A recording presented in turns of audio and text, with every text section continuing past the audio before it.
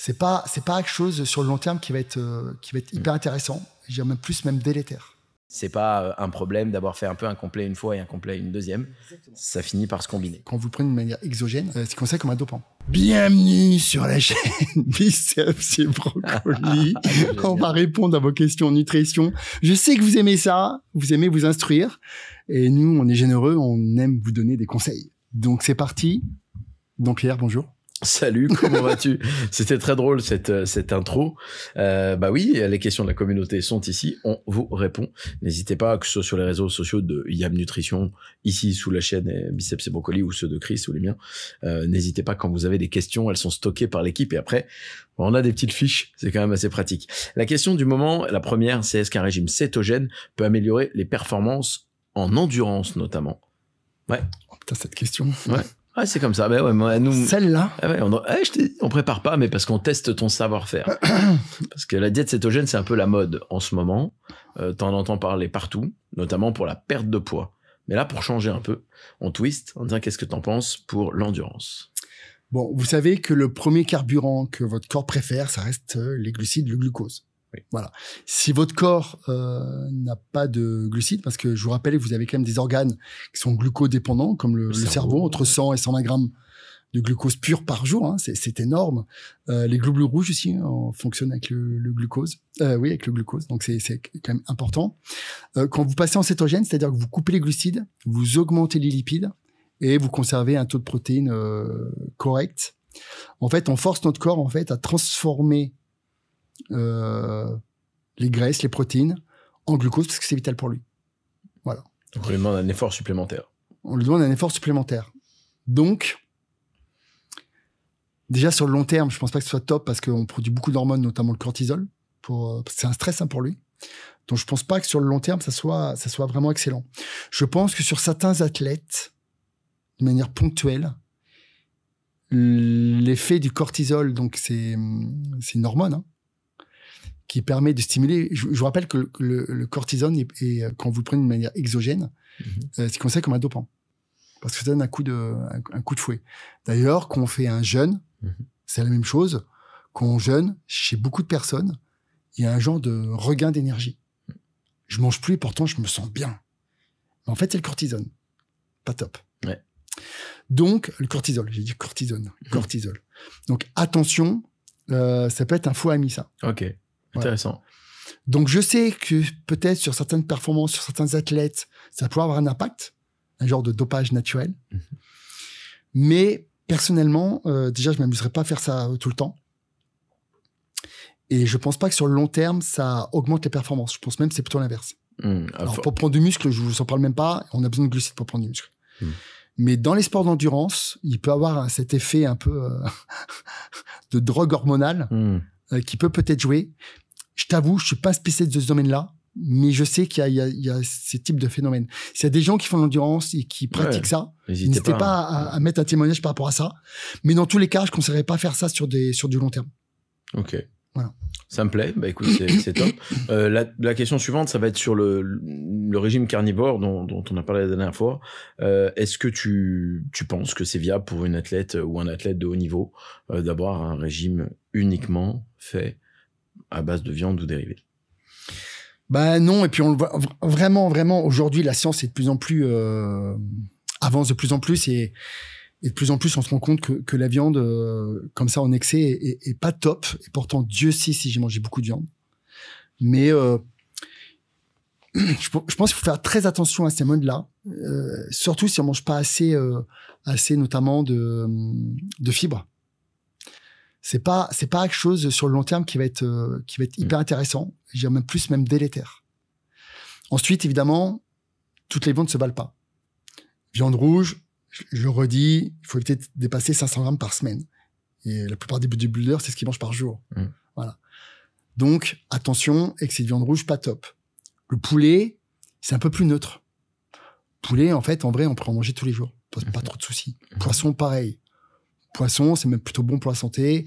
Blanc. Après, certains poissons peut-être un peu trop riches en métaux lourds, on met peut-être un warning. Oui, alors ça, c'est plus pour les gros poissons. Pour d'autres raisons, ouais. Voilà, ouais, genre...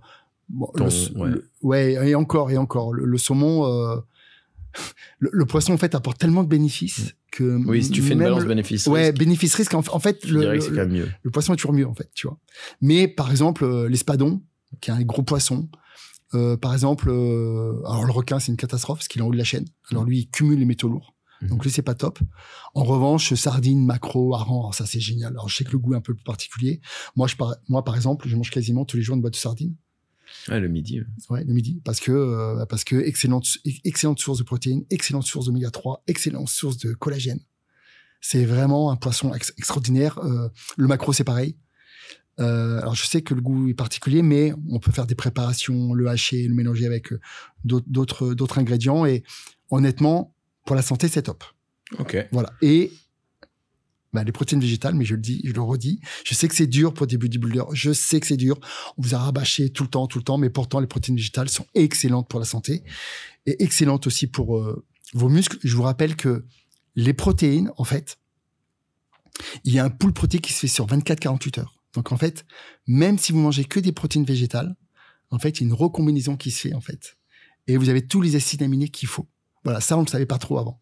Oui, parce que parfois, de façon isolée, quand on consomme des protéines végétales, elles peuvent être dites incomplètes. Il manque des choses. D'ailleurs, c'est pour ça que toi, dans le petit vegan chez Yam, t'as mis pois et riz pour qu'il y ait une espèce de chaîne de synergie qui soit synergique et complète.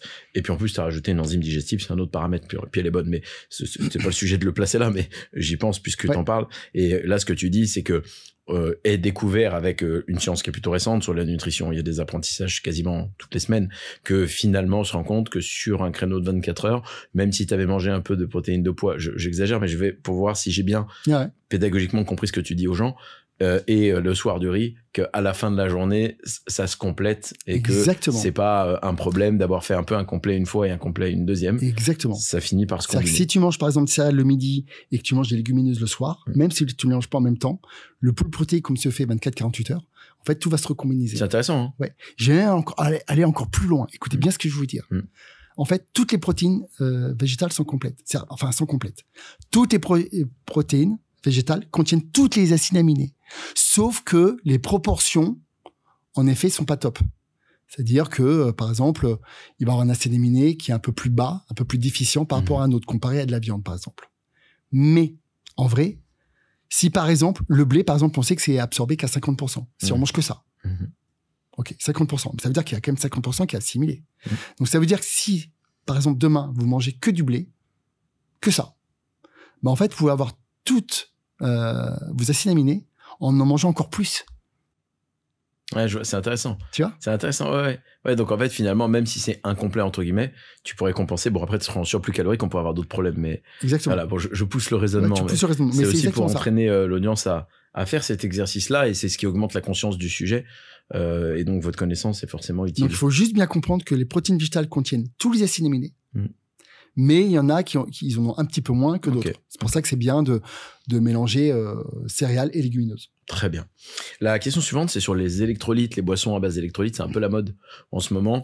C'est un peu toujours pareil. Au début, il y a des besoins sportifs qui sont réels, est élaboré un produit et qui ensuite devient mainstream, donc globalement utilisé pour des gens qui peut-être n'en ont pas besoin. Et la question qui a été posée là est, est-ce que tu penses que consommer une boisson à base d'électrolytes, c'est utile pour un effort ou un entraînement de moins d'1 heure? Parce que je pense qu'il est assez incontestable que ça fait sens quand on fait un ultra trail ou un truc comme ça, de ramener certains des éléments qui sont perdus par la sudation, par l'effort, etc. et tous les mécanismes biologiques qui sont afférents. Mais la question, c'est ça, c'est est-ce que quelqu'un qui fait sa séance de muscu de 40 minutes ou qui va faire une petite course à pied de 30 minutes sur le tapis et 15 minutes d'étirement, est-ce que véritablement il y a un impact? Non, clairement non. Mais en fait, ça dépend aussi beaucoup de ta transpiration. Il y a des personnes qui transpirent énormément et donc par la sueur perdent beaucoup d'électrolytes. Électrolytes, c'est des minéraux comme par exemple le sodium, le magnésium, etc. C'est pour ça notamment que les sportifs ont des besoins en magnésium beaucoup plus élevés. Parce que par la sueur, ils perdent beaucoup plus de magnésium. Et c'est pour ça que 80%, même peut-être même plus maintenant, parce que c'est des études qui datent de tellement longtemps, est carencé en magnésium. Voilà, les sportifs encore plus. Donc, pour des activités qui sont assez courtes, même si tu transpires sur 1 heure, en effet, tu vas pas choper de crampes ou de gros déséquilibres. Par contre, pour les sportifs d'endurance, ultra-trail, triathlon et tout ça, là, ça devient indispensable. Pourquoi ? Parce que, en effet, la durée de l'effort fait que tu transpires plus et que tu perds beaucoup plus d'électrolytes. Et ça peut même être dangereux. Hein. Quand on a plus de sodium, quoi, il y a les crampes et c'est peut avoir même des arrêts cardiaques, etc. Donc c'est assez too much. Vous pouvez faire aussi votre boisson vous-même, hein, avec du miel, du sel, de l'eau, du citron. Voilà, vous avez un truc qui coûte pas cher et qui est très efficace.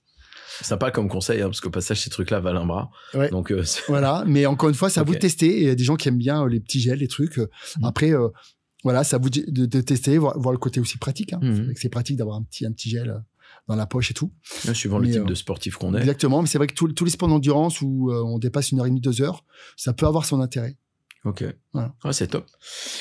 Écoute, la question suivante, elle rejoint le sujet qu'on a évoqué juste avant, parce qu'on va parler ici de comment éviter les carences quand on s'entraîne dur, en suivant notamment un régime qui est végétalien, parce que c'est une question aussi qui se pose. Est-ce que je vais être carencé? Ça a beaucoup été reproché aux régimes qui sont plutôt végétaux d'une manière générale, à cause de ce qu'on disait, le fait que les acides aminés, parfois, on n'a pas la chaîne complète, etc.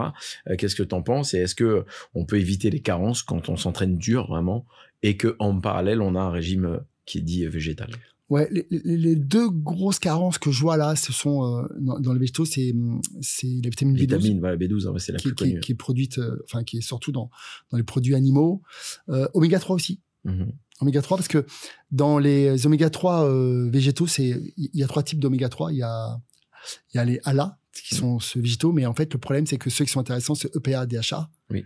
En fait, et ceux-là, on les retrouve notamment dans le poisson, mais pas que, hein, dans des œufs, vous pouvez en avoir aussi, et dans certains autres produits. Et c'est vraiment les deux qui sont intéressants. Et là, en fait, se convertit en EPA, DHA à 10%. C'est un peu faible. Ah oui. Et quand on sait les bénéfices des oméga 3 sur le corps humain, c'est un peu dommage. À part cette vitamine et cet acide gras, honnêtement, on a plutôt des bons résultats sur les régimes végétaliens. Ok. Végétarien, généralement, il n'y a pas de souci d'ailleurs. Mais végétalien. Et puis en plus, généralement, ceux qui sont dans les régimes végétaliens sont plutôt au courant de ça. Ils font c'est plutôt ça la attention. question. Ouais, et du coup, attention, c'est comblé par quoi? Si quelqu'un nous écoute là, il dit, mais moi, je prends quoi? Est-ce que c'est un complément qui doit être dans une... complément alimentaire. Complément alimentaire, c'est ce qui est le plus simple. Si on veut rester éthique dans ce qu'on est, parce que généralement, quand on est végétalien, c'est souvent par éthique.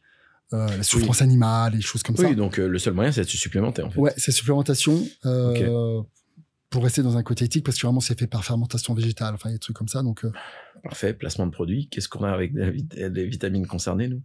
non-multivitamine, qui est ultra complet. Parfait. Voilà, 100% biodisponible en plus. Donc, ça, c'est bien. Et après, oméga 3, alors, on n'a pas d'oméga 3, c'est toujours issu d'huile de poisson, donc non, ça marchera pas. Oui. Il faut, je crois qu'il y a des oméga 3 de krill. Ça coûte un bras. Ouais.